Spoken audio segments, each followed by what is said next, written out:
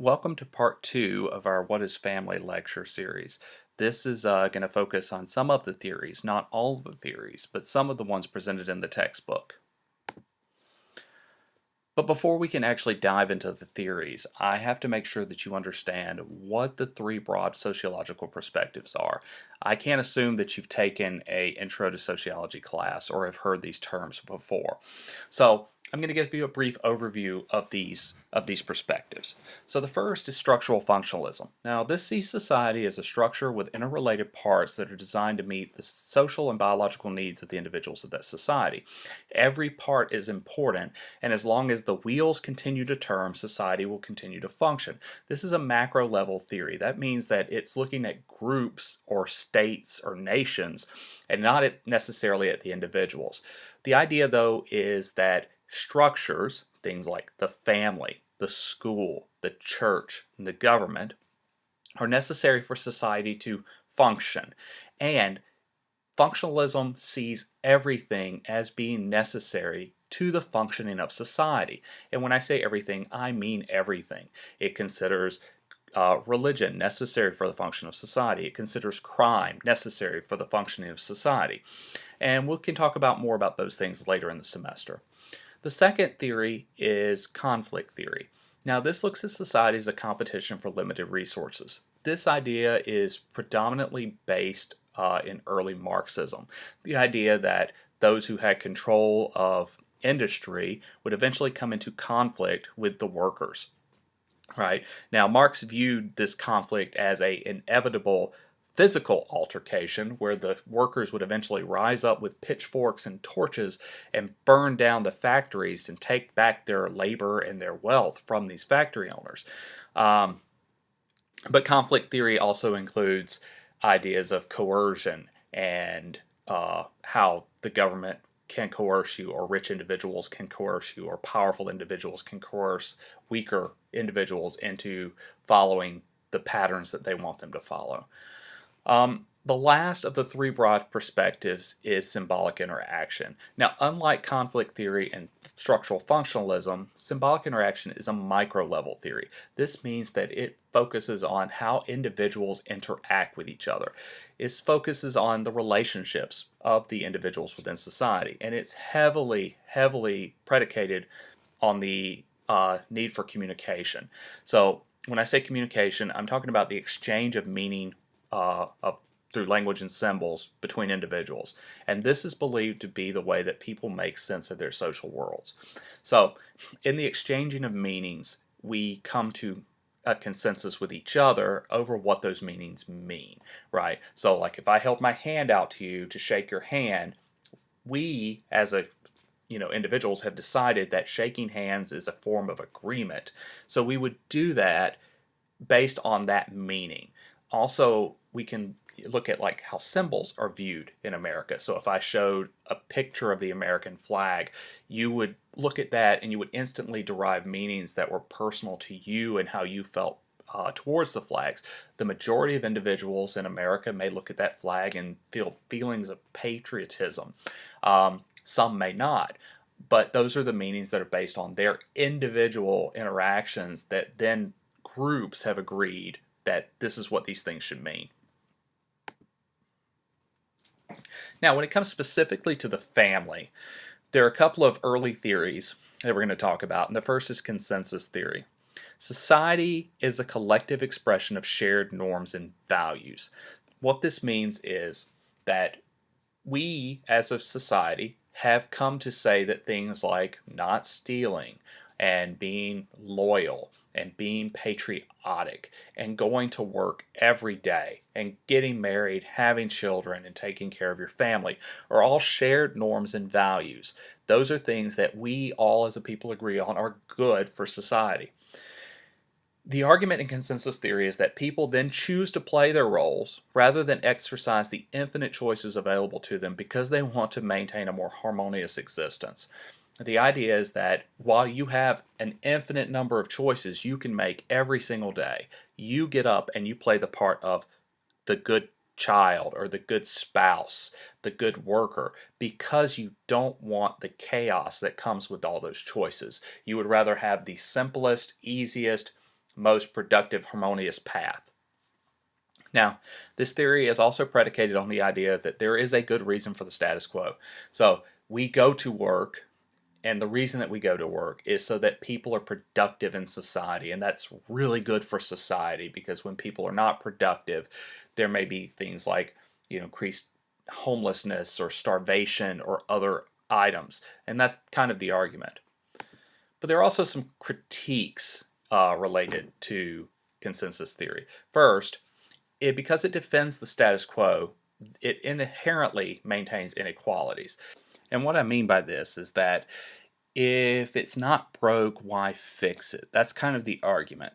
So it doesn't matter if a group of people are discriminated against, because it works the way that it is, we shouldn't change it. So an example would be the early nuclear family in the 1950s and 60s, where women were expected to stay at home and men were able to work.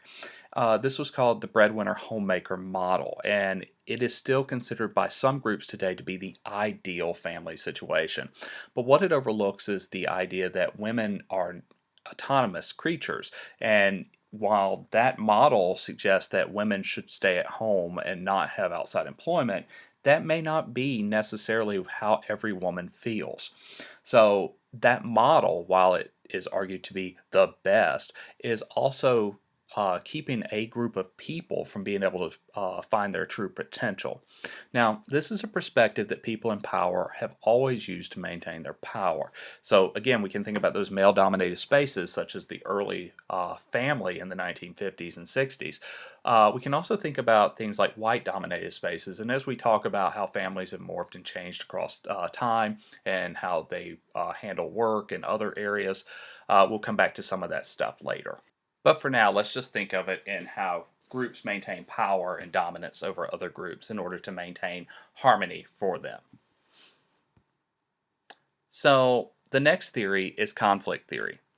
Remember, when we were talking about it in the broad perspectives, that conflict theory is the idea that opposition and conflict define a given society and are necessary for the social evolution of those societies. So think about it that there are groups of people that have a resource. There are other groups of people who want that resource. These groups are in conflict with each other over that limited resource. In terms of social evolution, every protest event in the history of the United States has involved some form of conflict, and this goes all the way back to the founding of this country in the American Revolution. So the idea is that it's through conflict that society evolves and changes, and that society is defined. Now, when it comes to the family, conflict theory focuses on how competing interests of family members are used to understand family problems. So what I mean by this is that the interest of the husband-father figure may not necessarily align with the interest of the mother-wife figure, and how these things may lead to divorce, adultery, or child abuse. It can also be used to explain how men gain power in the family, and it can be used to explain how rich people or rich families maintain dominance over poor families and poorer people. Now, critique would be that conflict theory focuses on conflict so much that it absolutely ignores the ways that families work together and love one another. So think about it like this. It's basically missing the forest for the trees. It's looking at how people compete over resources or power within the family structure, but at the same time, it ignores how those people within the family help build each other up, may work with each other, may make compromises to have the positions that they have. So now we're going to move into more contemporary theories on the family. The first that we're going to talk about is feminism. Now, before we move into what feminism is in the sociological perspective, let's understand what it's not. It's not necessarily what the media portrays feminism to be. It's not necessarily what literature courses or women's studies courses may define feminism as. For sociology, what we are concerned with is that it is a modern conflict theory that seeks to understand inequality between men and women within the workplace and the home. It sees this male dominance within the family as part of a wider system of male power in society and argues that this is neither natural nor inevitable and it always occurs at a cost to women. And we'll talk about that a little bit more in next week's lecture. For now, let's look at how the family and the home are used from a feminist perspective. One of these ideas is by a woman named Dr. Arlie Hochschild called the second shift. And this is the idea that women work outside of the home and then they come home to work a second shift of unpaid labor. Now, they do the cleaning, the childcare, the cooking. Women do the majority of this work. So if we look at this chart of the division of household labor, we can just look at some random points on this line. In 1965, women did 30 hours of housework a week, compared to men doing 4.9 hours of housework a week. If we fast forward to 2009 and 2010, women still do 16.2 hours a week of housework, and men only do 10 hours. So while men are doing more, they are not doing as much as women are in the home. Now, the biggest critique of feminist theories when it comes to the family is that they focus mostly on the white middle class experience. This may not be relevant to poorer families. It may also not be relevant to women of color. It also ignores culture. The next big theory that we're going to talk about is exchange theory. Now, this sees individuals or groups with different resources, strengths, or weaknesses entering into mutual relationships to maximize their own gain. If you've ever heard the term the marriage market, that is a term that comes from exchange theory. So in this view, individuals make rational decisions. They analyze the cost-benefit relationship. So if the cost that they're going to pay is not worth the benefit they're going to receive, they don't choose to enter a relationship with that person. So you could think of it in terms of how the rich spouse ends up with a very pretty spouse, or how you have a working spouse and someone who stays home and takes care of the household and the family. Now, a big critique is that because this is an economic theory, it reduces all relationships to some kind of economic transaction. Someone is trading something of value in exchange for someone or something that they want in return. Now the question is this antithetical to love? Can you have a loving relationship if you are buying and selling parts of your identity to someone else in order to maintain a relationship?